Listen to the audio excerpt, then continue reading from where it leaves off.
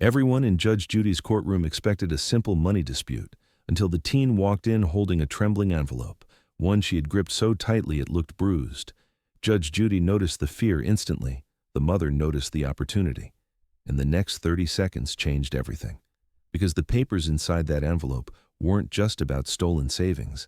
They exposed months of secrets, forged signatures, vanishing money, and a truth the mother never expected her daughter to uncover. By the time the final document hit Judge Judy's bench, the courtroom didn't just gasp. It realized the teen wasn't suing for money. She was suing for her life back, and trust me, you will be shocked when you hear what comes next. Before we dive in, tell me, where are you watching from? Don't forget the subscribe button. The air feels tight, like the room itself is holding its breath as the teen steps forward. She is small in posture, but somehow heavy with resolve, the way someone looks when they have rehearsed every word 100 times just to avoid breaking. The envelope sits on the podium between her hands, crumpled from hours of being held too tight.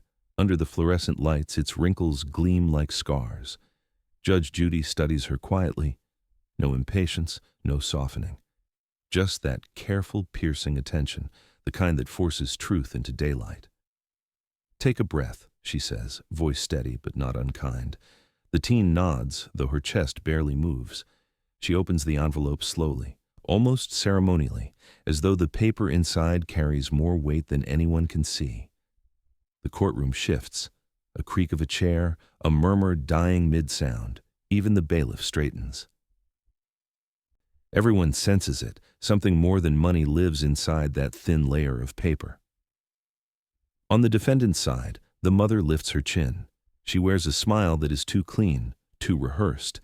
The kind of smile meant for cameras, not consequences. Her fingers tap the table in a rhythm that mimics boredom, but her eyes flick toward the envelope with something sharper, something territorial. Judge Judy notices. "Let her speak," she says to the mother without even turning her head. The mother shrugs, still smiling. Of course, she loves drama.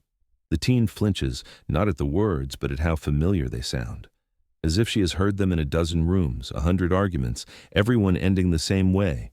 Her voice dismissed, her reality rewritten. She pulls out the papers from the envelope and lays them flat. Handwritten notes, dated slips, a small ledger written in careful pencil lines. Judge Judy leans forward. The camera of the courtroom and the camera in the viewer's mind follows. "These are my savings," the teen says quietly. A hush spills across the room. She explains how she worked small jobs after school, walking dogs, tutoring younger kids, cleaning out neighbor garages, anything to scrape together money for college applications, maybe even a deposit on a dorm. Her voice is calm, but every syllable is tight, like she is threading a needle held over fire. Judge Judy listens without blinking. "Tell me," she says, "where did this money come from exactly?" The mother scoffs, rolling her eyes. "Oh, please. She is exaggerating. She never made that much, and even if she did..." Judge Judy raises a finger. Silence returns instantly. The teen looks at her mother, then back at Judy.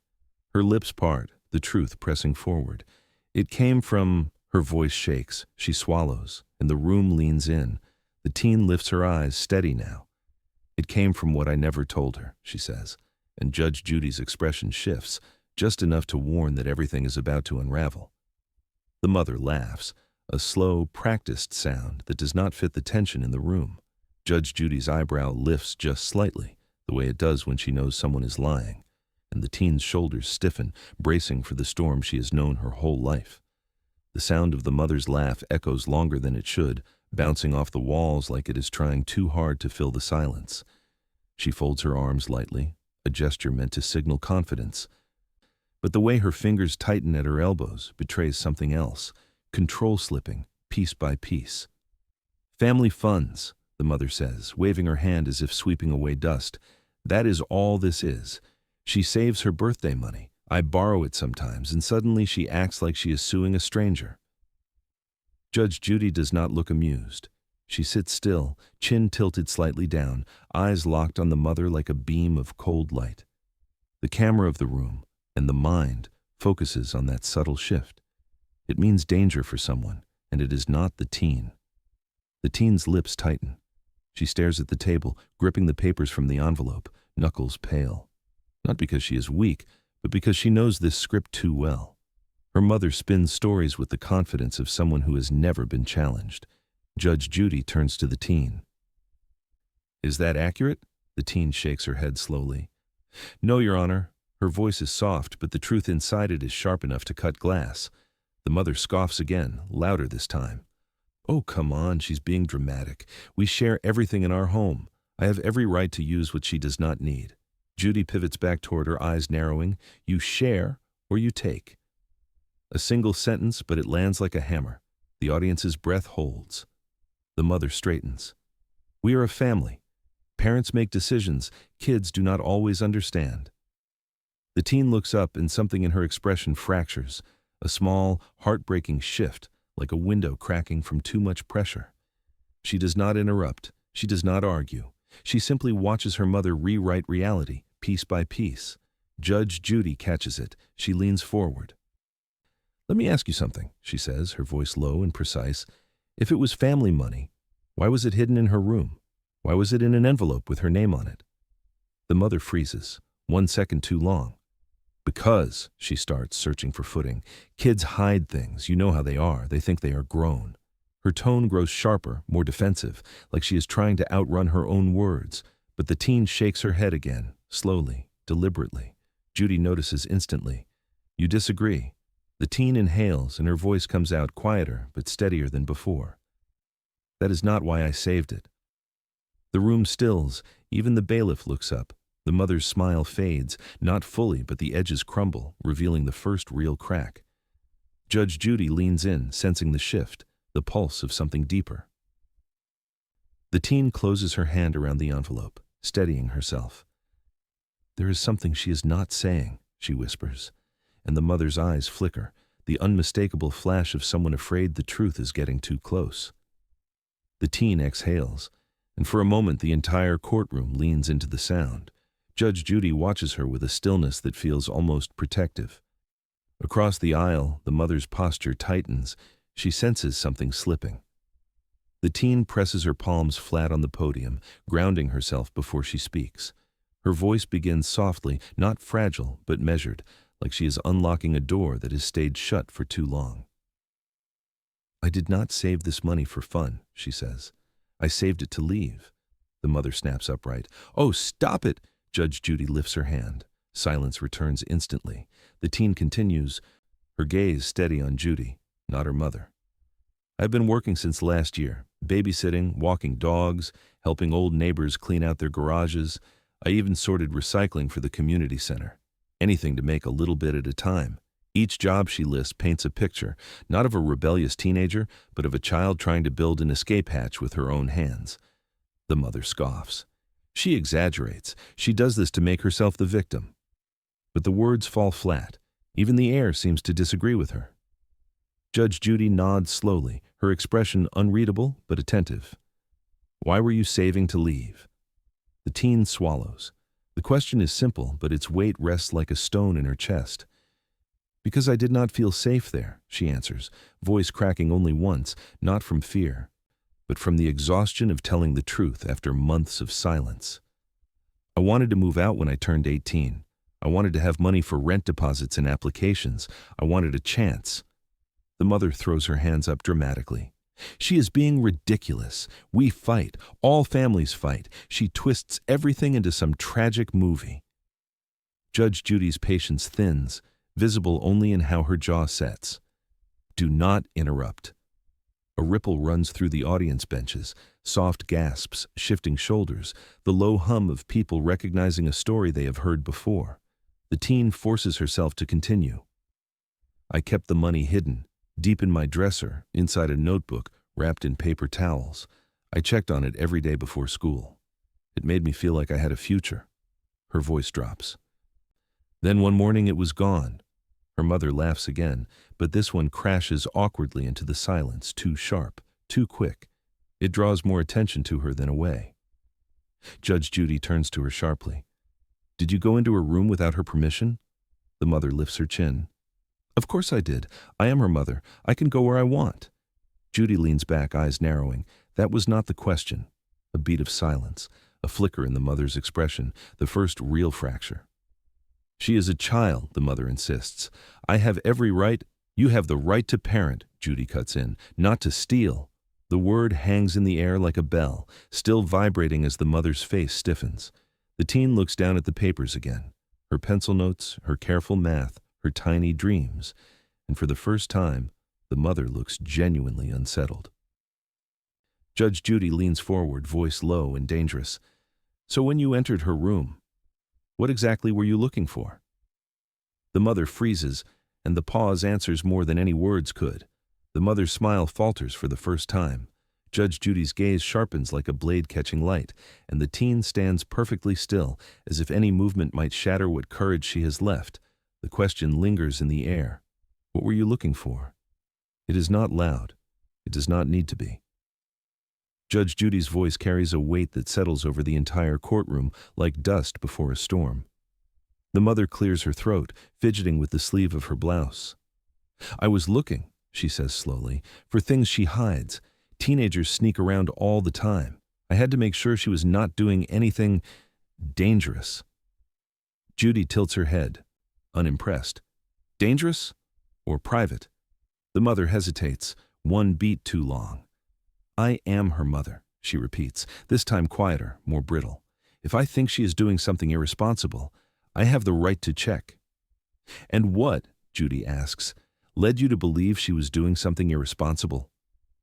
The mother opens her mouth, but no words come out. Her eyes shift, left, right, toward the teen, then to the audience, as if searching for an answer she has not yet rehearsed. Her confidence begins to leak out of her like air from a balloon. Judge Judy sighs softly, a sound that has ended hundreds of lies before they even fully formed. "Let me help you," she says. "Were you looking for the money?" The mother freezes. A small tightening around her mouth betrays something she cannot hide. "That money," she says, sitting up straighter, "was not hers alone. She lives under my roof. I feed her, clothe her, pay for everything. If I take some money back, that is not stealing. That is balance." A murmur ripples through the room. Disbelief, anger, shock. Even the bailiff shifts his stance, but the teen does not flinch. She stands there like someone watching a movie she already knows the ending to. Judge Judy turns her attention back to her. "How much was in the envelope when you last saw it?"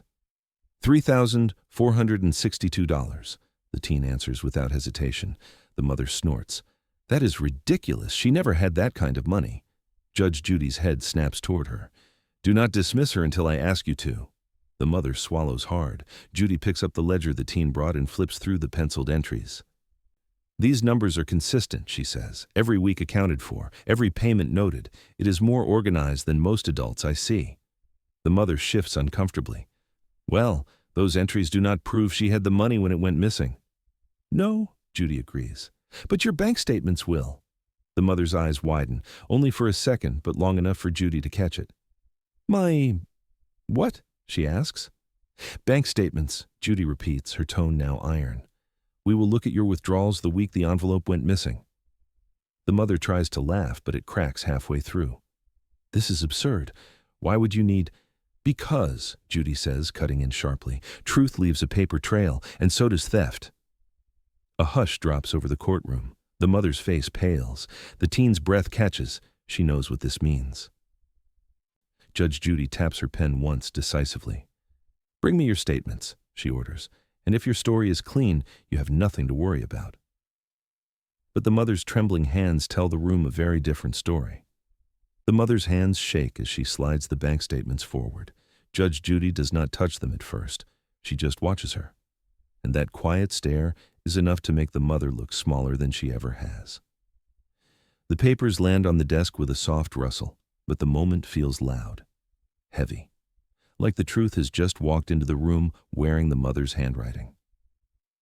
Judge Judy lifts the first page, eyes scanning the numbers with surgical precision. She does not speak.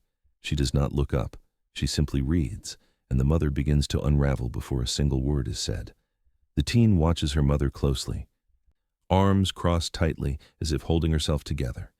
She has seen this before, the way her mother shifts blame, the way she builds stories in midair, the way she talks herself into believing the lies she tells. But this time, the lies have receipts. Finally, Judy sets the papers down. There was a $1,000 withdrawal, she says calmly, the exact day the envelope went missing. The mother swallows hard. "I told you," she blurts out. "I had an emergency. My car." "Your car," Judy cuts in, "because the teen here says you did not leave the house that day." The mother's face twitches. "Well, I had online bills and I needed—" Judy raises one brow. "You withdrew cash? Cash does not pay online bills." A soft gasp spreads through the courtroom. The mother glances around, suddenly aware of every pair of eyes pinning her to her chair. Then she tries again. "Okay, fine. It was a family situation, private. You would not understand." "I understand perfectly," Judy says. "What I do not understand is why you keep changing your story." The mother's breath catches. The shifting begins, the rapid blinking, the tightening jaw, the way her shoulders creep up like she is bracing for impact. The walls are closing in and she can feel it. The teen steps forward slightly. "I confronted her," she says quietly. "The day after the money disappeared." Judy turns to her. "And what did she say?" The teen's voice is steady, but her fingers curl inward. "She told me I should be grateful she raised me at all. And she said if I asked again, she would take the rest of my things too." The mother's head snaps toward her. "I never said that." The teen does not blink. "You did." Judy taps the bank statements lightly. "You threatened your daughter over money that was not yours?" The mother flounders. "I was angry. She was accusing me. What was I supposed to do?" "Tell the truth," Judy says sharply. The mother glares at her daughter. "She paints everything like I am the villain, but she does not tell you what she hides. There are things she does not say." Judy leans forward, voice low. "Then say them, right now." The mother opens her mouth, but nothing comes. Only silence, only the faint shaking of her hands, because there is nothing left to reach for. The lies have no footing. The excuses have no breath. The truth has finally caught up. Judge Judy sits back, eyes narrowing. "You are leaving something out," she says softly. "What is it that you are so afraid to reveal?" And the mother's face blanches, because the next secret is bigger than money. The teen reaches into her bag with a trembling hand. The mother stiffens, suddenly alert, the way someone reacts when a secret is about to surface. Judge Judy notices the shift instantly, her eyes narrowing like a camera zooming in on truth. The teen pulls out her phone and unlocks it with slow, deliberate movements, as if she is lifting the lid off something toxic. A screenshot glows on the screen, bright, undeniable. She hesitates before placing it on Judge Judy's bench, her fingers lingering a moment too long, like she is handing over a piece of her own heartbreak. Judy turns the phone slightly, just enough to read it. A purchase, a luxury item, over $1,000. Timestamp. The same afternoon, the envelope vanished. Slowly, she turns her gaze toward the mother. The mother's face drains of color. That is not what it looks like," she stammers. Judy's voice is calm, but edged with steel. "Tell me what it looks like." The mother exhales sharply, waving her hands as if trying to erase the screen from existence. "It was a gift. For myself. I work hard. I deserve something nice once in a while." The teen's breath hitches, a sound too small for the microphone but loud enough to break the room's stillness. Judy does not look away. "You bought yourself a luxury handbag using cash your daughter saved to secure her future." "It was not her future," the mother snaps, voice cracking. "She is a child. She does not understand real life. She does not pay bills. She does not know what struggle is." The teen's head lowers, her eyelashes clumping with held-back tears. "I know enough," she whispers. "I know what it feels like to have hope and watch someone steal it." The mother rolls her eyes, a gesture dripping with disdain. "Oh, please, you will survive. All I did was borrow." "Borrow?" Judy interrupts. "A loan requires permission. Did you have permission?" The mother's mouth opens, but no sound comes out. Judy presses harder. "Where's the handbag now?" The mother blinks rapidly, searching for footing. "At home. But I was going to return it." "Before or after you were caught?" Judy asks. Silence swallows the room whole. The teen wipes her cheek quickly, almost apologetically. "I had planned everything," she says softly. "College visits, my first apartment tour, even a savings plan to pay for textbooks." She lifts her eyes to Judy. That money was the only thing that made me feel like I could breathe, the mother scoffs. You exaggerate everything. You think the world owes you freedom. It does not. Judy's voice snaps through the air. She earned that freedom, dollar by dollar, hour by hour, job by job. You took it because you wanted something shiny. The mother recoils as if struck. Judy's gaze softens only when she looks back at the teen. Why did you not tell anyone? The teen hesitates, her voice barely audible. Because she said if I talked, she would make my life harder. The words land like a stone in the center of the room, heavy, undeniable. Judge Judy leans forward, fingers interlaced, the courtroom lights reflecting in her eyes like truth sharpening itself. Judy speaks slowly, each word deliberate. This is no longer about money. Something else is hiding underneath, and the mother's sudden panicked inhale confirms it. The mother's breathing turns shallow, almost shaky. Judge Judy leans back, studying her with a look that strips away excuses like peeling paint, and the teen stands frozen, knowing the next words might finally expose everything she has lived through. Judge Judy taps the edge of the screenshot with a single finger, a small motion, but one that feels like the room tightening a notch. Let us try this again, she says. Why did you feel entitled to use your daughter's savings for a luxury purchase? The mother exhales sharply, as if the question itself is insulting. Because I deserved it, she snaps. You think being a single mother is easy? You think raising her alone for years comes without sacrifice? I have given her everything. Judy raises an eyebrow. Everything? Or only what makes you look good? The mother stiffens.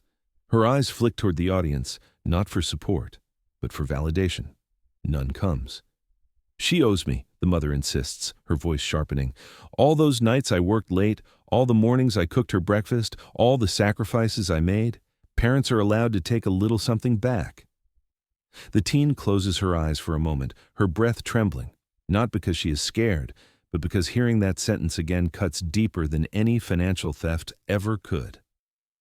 Judy turns to the teen gently. Is this how things are at home? The girl nods. She always says I owe her for existing. The mother's head snaps in her direction. Do not twist this. You meant exactly what you said, Judy interrupts, her tone slicing clean through the air. You believe your child's hard work belongs to you. That is not parenting. That is exploitation. A hush sweeps over the courtroom like a cold wind. The mother folds her arms, clutching herself instead of the argument. Fine, she mutters. Yes, I bought something nice. I needed it. You have no idea how stressed I am. Judy's eyes narrow. Stress does not entitle you to steal. It was not stealing, the mother fires back, her voice too loud, too sharp. She hid money in my house. I had to keep an eye on her, make sure she was not planning anything dangerous. The teen's voice breaks in, soft and fragile. I was planning a future. For a moment, the room stops breathing. Even the mother falters, the first real crack of guilt flickering across her expression before pride forces it away. Judy leans forward, voice low and deliberate.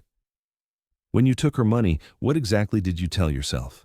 That she would never find out? That she would never need it? That she would stay trapped because you needed something new to put on your shoulder? The mother's jaw clenches. I told myself she should be grateful I am even here. There it is, the sentence that drops like a stone. The teen flinches, her fingers curling around the edge of the podium. Judy notices, and her voice softens just a fraction. She is not your possession, Judy says, and gratitude is not earned by taking from someone who already has so little. The mother's lips quiver, anger and panic mixing in the fine tremor of her shoulders. And, Judy adds, I do not believe the handbag was the only thing you bought. Silence ripples outward, heavy and electric. The mother freezes, eyes widening, breath catching, because she knows the next revelation is no longer in her control. Judy's gaze sharpens to a pinpoint. There is more. I can hear it in your voice. And the mother's silence screams louder than any confession. The mother's eyes drop to the table, not in shame, but in calculation. Judge Judy sees it immediately, the way a hunter recognizes a creature cornered. And the teen feels it too, that thick electric shift right before a secret tears itself loose. Judge Judy folds her hands, elbows resting lightly on the bench, her posture deceptively calm. "You hesitate every time I ask what you spent that money on," she says. "That hesitation tells me there is something you do not want this courtroom to hear." The mother's throat bobs as she swallows. Her fingers twitch at her sides, tapping an uneven rhythm against her skirt. "I told you already," she insists, voice thinner than before. "It was just expenses." "What kind of expenses?" Judy asks. The mother opens her mouth, but the answer dies before it forms. She presses her lips together, tight, defensive. The teen watches her, eyes narrowing. She knows this look. It is the look her mother wore before every story that was too complicated to keep straight. The look she wore when she wanted control back, even if it meant bending reality to get it. "Say it," Judy presses, "out loud." The mother inhales sharply, then exhales through clenched teeth.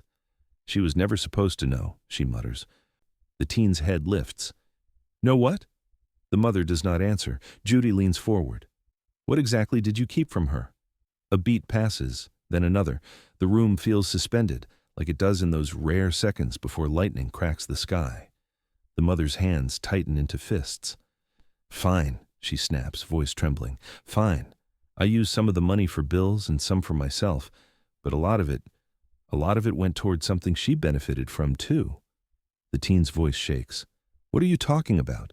The mother avoids her eyes. "Insurance, fees, things that had her name on them, things I had to take care of." Judge Judy's eyes sharpen instantly. "Fees in her name?" "It was nothing serious," the mother says quickly. "Something I handled. Something—" "What was in her name?" Judy demands, voice slicing through the room. The mother's breath stutters. "I told you, she was not supposed to know." The audience shifts. A soft, collective inhale. The teen presses a hand against her stomach as if steadying herself. "Mom," she whispers, "what did you do with my name?" The mother finally breaks. "It was a small account," she blurts out. "Just a tiny credit line. I only used it because I needed to build something. For us. For the future." Judge Judy's expression freezes. Not surprised, but deeply, profoundly disappointed. "You opened credit using your daughter's identity," she says slowly. "Without her knowledge, without her permission." The mother stammers. "It was temporary. I was going to fix it. But the excuses fall apart before they even reach the air." The teen steps back as if hit. Her eyes widen, breathing shallow. The kind of shock that does not scream. It collapses inward. "You used my social security number?" she whispers. The mother's silence is answer enough. Judy turns toward the bailiff. "Bring me the documentation she signed." The mother panics. "No, wait, she does not understand." Judy lifts a hand, silencing her instantly. She understands perfectly, and so do I. The teen's knees tremble, but she stays standing, a quiet, devastating strength anchoring her. The mother clasps her hands together, eyes pleading now. "I only did it because I had no choice," she says. But Judy's cold stare makes it clear. That is the worst lie she could have chosen. The bailiff lays the documents on Judge Judy's bench with a soft thud, a sound that feels heavier than any gavel strike. The mother's hands hover in midair, frozen between denial and collapse, and the teen watches her world tilt, piece by piece, as the truth finally uncovers itself. Judge Judy spreads the papers out in a neat line, each page squared perfectly with the edge of the bench. She does not rush. She does not blink.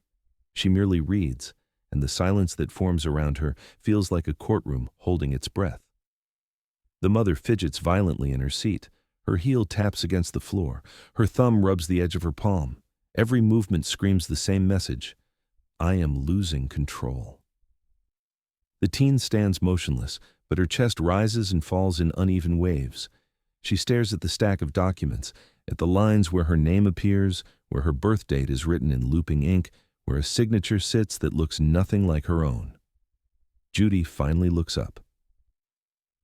"These credit forms," she says, tapping the top page, "were signed using your daughter's identity." The mother swallows hard. "I told you, it was temporary. I needed it to get ahead." "To get ahead of what?" Judy demands. "Your responsibilities? Your debt? Your own mistakes?" The mother stiffens.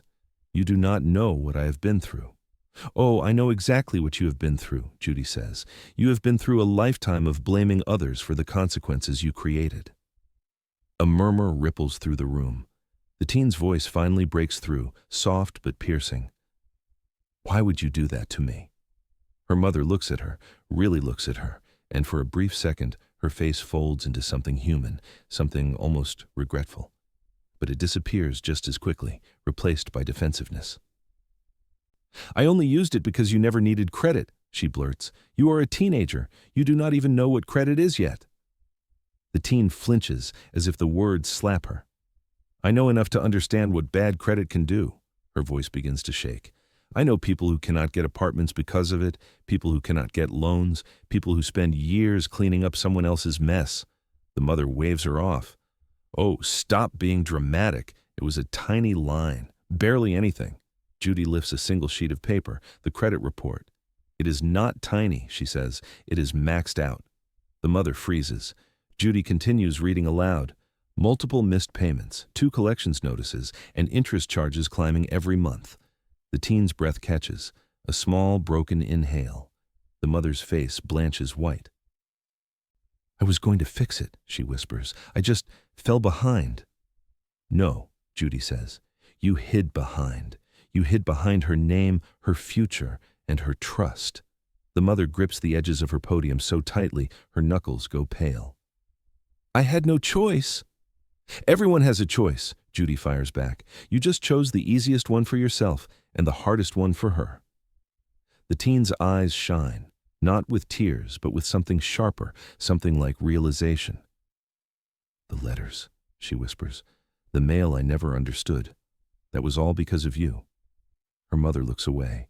The teen stares down at her hands, at the girl she tried to become, at the future she worked toward dollar by dollar. And all this time, she says quietly, I thought I was the problem. Judge Judy softens, only for a moment. You were never the problem. The mother's jaw trembles. Judy's voice turns cold again. Read your signature aloud. The mother blinks. What? You heard me. Read the signature you forged. Her lips part, and no sound comes out. Judy taps the paper once, sharply. Read it, she orders, or tell me why you cannot. And the mother's silence becomes the loudest confession of the day. The forged signature trembles in the mother's hand like a guilty heartbeat. Judge Judy watches her with a stare so sharp it feels like it is peeling the truth from her skin. And the teen stands frozen, waiting to hear a lie she already knows by memory.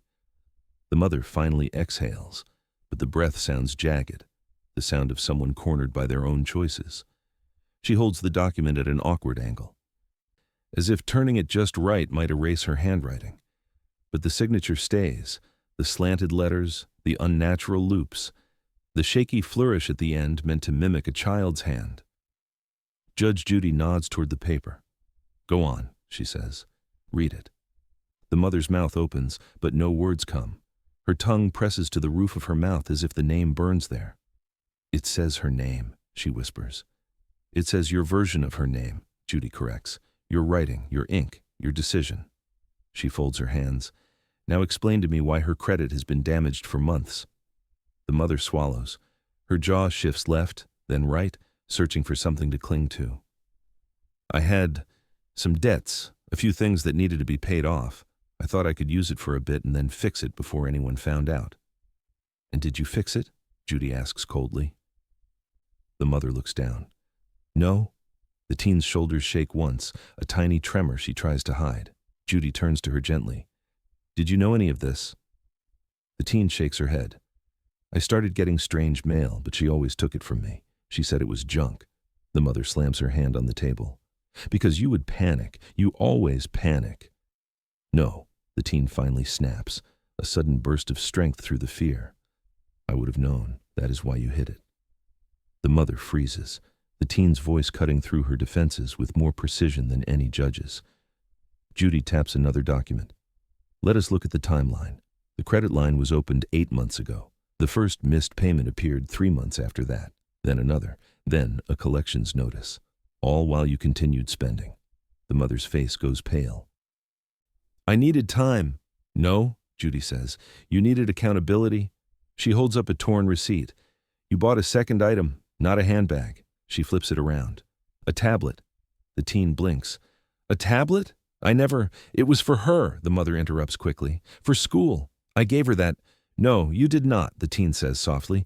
You told me someone from your work gave it to you. The room vibrates with tension, a silent hum of disbelief and dawning clarity.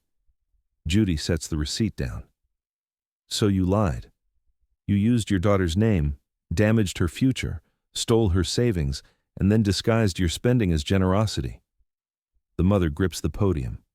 You do not understand. I was drowning. I needed help. Judy's voice drops to a dangerous softness. Then you should have asked, not taken. The mother's eyes glisten, but she blinks the tears back, pride fighting guilt in a losing battle. The teen looks at her mother, devastation etched into her expression. You never trusted me with the truth, she whispers. You only trusted me with your consequences. The mother bows her head. Judge Judy lifts the paperwork again, holding it up almost like a mirror. This is not just a financial mess, she says. This is betrayal written in ink. Judy leans forward, her voice ice cold. I want her to read that signature out loud, because the next page shows something even worse. And the mother's eyes widen, fear flickering like a flame about to go out. The mother's lips hover millimeters above the forged signature, trembling like they are afraid to touch the truth. Judge Judy sits utterly still, the kind of stillness that means a storm is coming. And the teen watches, arms wrapped around herself, bracing for a revelation she can already feel in her bones. The mother clears her throat, but the sound comes out thin, almost brittle. She lowers her eyes to the signature, the crooked, looping imitation of her daughter's handwriting. The letters wobble on the page like a confession scribbled in panic. Finally, she whispers, barely audible. It says, her name. Judy's voice slices through the quiet. Say the name. The mother inhales shakily.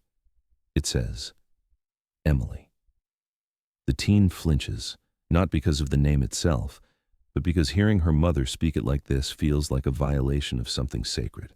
Her name, her identity, used as a shield for someone else's collapsing life. Judy folds her hands. And did Emily sign this? No, the mother murmurs. Did you ask her permission? No, Judy raises an eyebrow. So who signed it? Tears prick the mother's eyes, not remorse, but fear. I did, she finally admits. The room goes silent. The teen's knees buckle slightly, but she steadies herself, because she has been living with the shadow of this truth for months without knowing its shape. Judy picks up the next document, tapping it once against the bench. This signature, the second one, is that also yours? The mother nods slowly. And the third? Another nod. And this, Judy says, lifting a page with a flourish that feels like a blade being unsheathed, is a request for an increase on the credit line. Was this also you? The mother's voice breaks. Yes, but I needed the money. For what? Judy asks. The question is calm, too calm. The mother opens her mouth, but the answers tangle inside her. Bills. Some other things. Judy narrows her eyes. What other things? Silence. The mother's fingers claw lightly at the edge of the podium, nails tapping in uneven panic. She looks everywhere except at her daughter, except at the truth. The teen's voice, small but steady, fills the void. It was the gambling, wasn't it? The mother's shoulders jump, a small, involuntary spasm. Judy turns sharply toward her. Is that true? The mother's breath stutters. I only went a few times. I was trying to win back what I spent. A ripple of shock crosses the room, a wave of murmurs swelling through the benches. The teen closes her eyes, a quiet shudder running through her. Judy's voice drops into a deeper register, disappointment wrapped in iron. You gambled with her future. You used her money. And when you lost, you gambled with her identity. The mother breaks. I know I messed up. I know I should have stopped, but I was desperate. Desperation does not justify deception, Judy snaps. It exposes it. The teen's voice trembles. Why didn't you tell me the truth? Why didn't you tell anyone? The mother's face contorts, grief and guilt and deflection wrestling inside her. Because I thought I could fix it before anyone knew. I didn't want my mother to find out. She warned me. She stops, Judy leans in. She warned you about what? The mother's eyes widen, realizing she has said too much. I didn't mean. What did she warn you about? Judy presses. The mother clutches the edge of her podium, breath shaking. Judy's tone sharpens, deadly quiet. Who else knew what you were doing? And the mother's silence cracks open a secret trembling on the edge of revelation. The mother's silence stretches so long the courtroom seems to tilt toward it. Judge Judy waits, not with impatience but with a predator's stillness, and the teen stands rigid, sensing that what comes next will rewrite more than the last 8 months. The mother finally exhales, the breath shuddering out of her like she's been holding it for years. Her hands tremble over the paperwork, but she does not dare touch it. She's afraid of smearing the ink or the truth. Judge Judy's voice comes low and controlled. You said your mother warned you. Warned you about what? The mother's jaw tightens. I didn't mean to say that. Too late, Judy replies. You opened the door. Now walk through it. The mother's eyes flicker. Fear, shame, something close to a child's panic echoing through a grown woman's face. She tugs at the corner of her blouse like she's trying to anchor herself to something familiar. She told me to stop, the mother whispers. She told me I was crossing a line. The teen's eyebrows knit together. Grandma knew? She suspected, the mother snaps, then softens, voice wavering. She saw a bill with your name on it. She said it wasn't right. She said I was hurting you. Judge Judy leans back, processing. The courtroom is so quiet it feels like the air itself is listening. And what did you do when she confronted you? Judy asks. The mother's throat bobs. I promised I would handle it. I told her I had it under control. And did you? Judy asks. The mother shakes her head slowly. The gesture small but devastating. I couldn't stop. Every time I tried to fix things, they got worse. And then I just kept going. The teen's face collapses, not into tears, but into a stunned, hollowed-out stillness. You kept going, she repeats softly, even after you knew it was wrong. The mother looks at her daughter for the first time without anger, without defensiveness, only with the bone-deep fear of someone who finally sees the damage they caused. You don't understand, she says, voice cracking. I was scared. I didn't want to lose you. I didn't want you to think I was a failure. You didn't have to be perfect, the teen whispers. You just had to be honest. A fragile silence settles between them, not forgiveness, but the outline of a truth finally being named. Judge Judy breaks it gently. Your daughter came in here today because she thought she was losing her future. What she didn't know is that she was also losing her trust. You didn't just take money, you took stability, assurance, safety. The mother's eyes fill, but the tears stay unshed, as if she believes crying will make her look weak even now. The teen hugs her own arms, holding herself together in a way no teenager should have to. I wasn't trying to punish you, she says softly. I just wanted my life back. The mother crumples at that, shoulders curling inward, breath stuttering. I know, she whispers. I know. And I don't know how to fix what I broke. Judy's voice softens, barely. That's what we're here to decide. She looks at the teen. What do you want today to mean?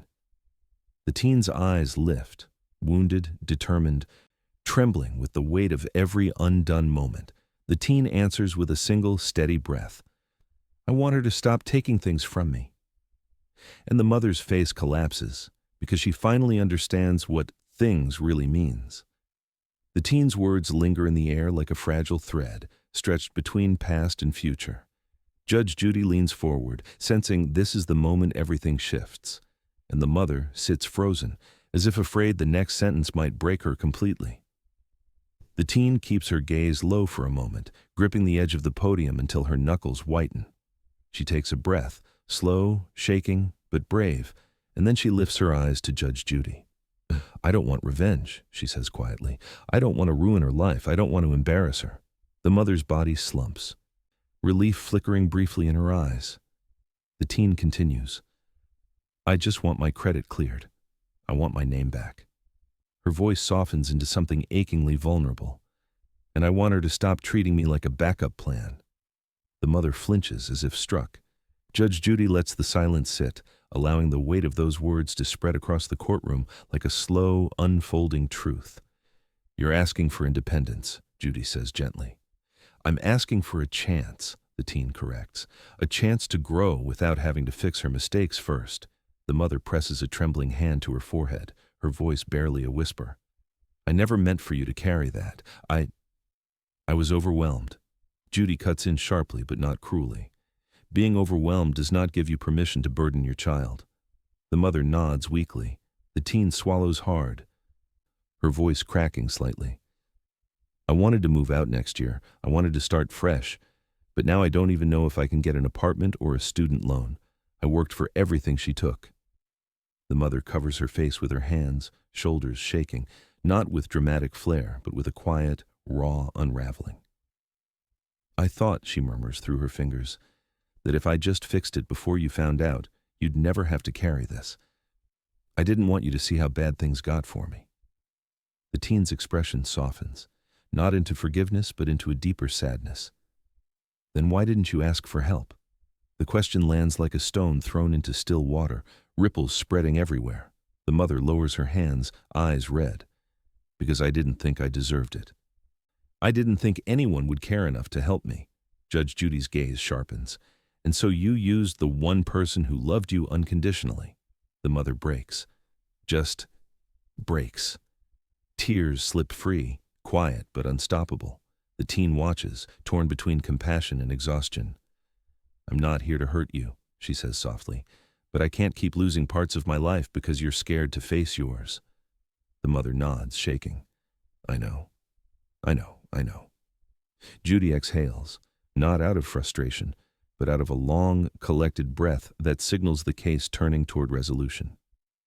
It takes courage, Judy says, to ask for justice when the person who wronged you is someone you love. The teen's eyes glisten, not with tears, but with clarity. I just want to build a life that's actually mine. Judge Judy nods. And we're going to make sure you can. She shifts her attention to the mother. Before I decide anything, there is something she needs to hear, something you need to hear. The mother wipes her eyes, bracing. Judy leans forward, voice low and final.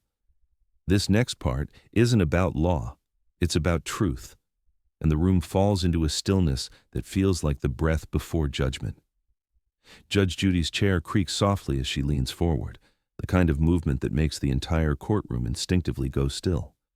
The mother lifts her eyes, red and raw, bracing for a blow she knows is coming, and the teen stands quietly, waiting for truth to land where it has always belonged. Judge Judy folds her hands, not in anger, but in a heavy, deliberate calm, the kind that comes right before a person says something they cannot take back. Let me tell you something, she begins, her voice low, not loud, but carrying iron in its seams. Parenthood is not a transaction where love is paid back with obedience. Your child does not owe you for breathing.